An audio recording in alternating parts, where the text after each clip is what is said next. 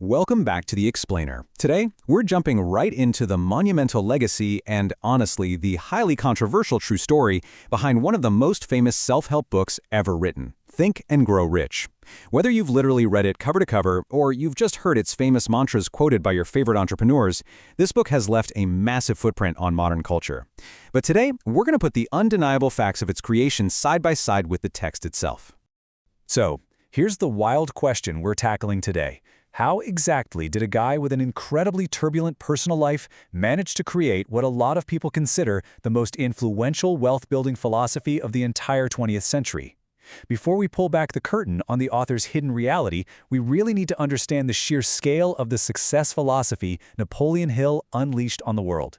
To give you a real sense of this book's staying power, let's look at a pretty crazy number: 70. Even 70 years after it first hit the shelves, during the absolute depths of the Great Depression in 1937, Businessweek still ranked this classic as the 6th best-selling paperback business book. It's been a constant fixture on must-read lists forever, totally shaping how generations think about success, ambition, and wealth. All right, let's kick things off with Section 1, the 13 Steps to Riches, a philosophy of achievement. To really grasp why this book blew up the way it did, we've got to look at the framework itself.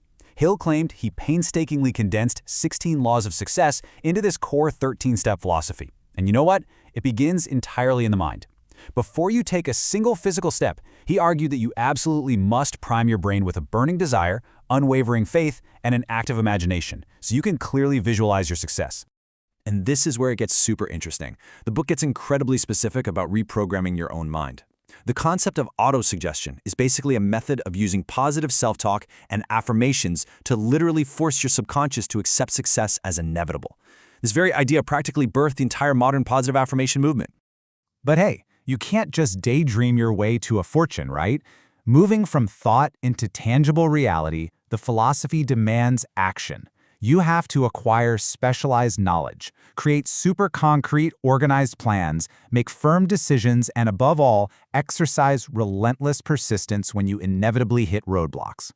Then, things take a kind of mystical turn. Eventually, Hill explored how tapping into a mastermind group of supportive people and trusting your sixth sense practically guarantees achievement. He even framed the brain and the subconscious as literal broadcasting stations for thought vibrations. And then there's the whole mystery of sex transmutation thing. Yeah, you heard that right. Concepts like this argue that every single form of human energy could be literally converted or transmuted into financial success and creative drive. The book argued that redirecting this specific, potent energy was a closely guarded secret of highly successful people. Okay, hard pivot here, which brings us to Section 2, behind-the-scenes drama. The turbulent reality of 1935 to 1940. Because while Hill was preaching perfect habits, unwavering faith, and incredibly organized planning, his actual life was an absolute train wreck. Just look at the pure chaos of his personal timeline. He divorces his second wife Florence in 1935, marries Rosalie Beeland the very next day in 1936, publishes the book in 1937, and then divorces Rosa by 1940. These rapid, chaotic shifts happened exactly while he was finalizing his supposed masterpiece on perfectly structured success. And the financial reality? Just as stark. In a staggering twist of irony, the guy writing the ultimate guide on how to grow rich was completely broke. Unable to afford a place of their own, Hill and his new wife Rosa were forced to move to New York City just to crash with his son, Blair, and Blair's wife. Historians have dug into this, and the living situation in that apartment was basically a nightmare. Blair's wife, Vera, actually ended up leaving due to reported harassment and abuse from Hill. Blair left shortly after, but get this, before he did, he loaned his father $300 to finish writing Think and Grow Rich. According to the records, Hill and Rosa never repaid that loan, and Rosa actually taunted Blair about it. It's just a stark contrast to the book's core teachings of a positive mental attitude, right? Oh, and here's a huge detail. Rosalie Beeland was incredibly instrumental in writing and editing the book. Furthermore, the royalties for this massive bestseller were intentionally put entirely in her name. Why? To hide the money. They were protecting the royalties from any claims made by Hill's previous wife Florence and her kids. When Rosa and Hill eventually divorced in 1940, she just walked away with those royalties. All right, let's move into Section 3, Fact versus Fiction. Did Hill really meet Andrew Carnegie? So the whole foundation of the book rests on this legendary origin story that industrialist Andrew Carnegie personally inspired and commissioned Hill's 20-year study.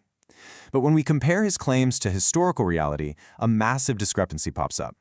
Hill claimed to have had a pivotal hours-long conversation with Carnegie in 1908 that launched his whole career. But historical records show that in 1908, Hill was actually spending a good chunk of the year on the run from authorities for committing lumber fraud down in Alabama. Plus, there is absolutely zero record of this meeting ever taking place outside of Hill's own writings. And conveniently, Hill didn't even claim to have met Carnegie until after Carnegie died in 1919. He only shared this foundational story once the billionaire was no longer alive to confirm or deny it. Biographers who have thoroughly investigated these claims have come to some pretty damning conclusions about Hill's entire success philosophy. David Nassau, a really prominent Andrew Carnegie biographer, stated flat out that he found no evidence of any sort that Carnegie and Hill ever met, nor any evidence that the book's origin story was actually authentic. So, the reality here is that the core premise of the book, this grand 20-year study involving interviews with the world's most successful men, appears to be entirely fabricated. Honestly, aside from a known brief encounter with Thomas Edison, there are no existing records of Hill ever meeting the titans of industry he claims served as the basis for his 16 laws of success.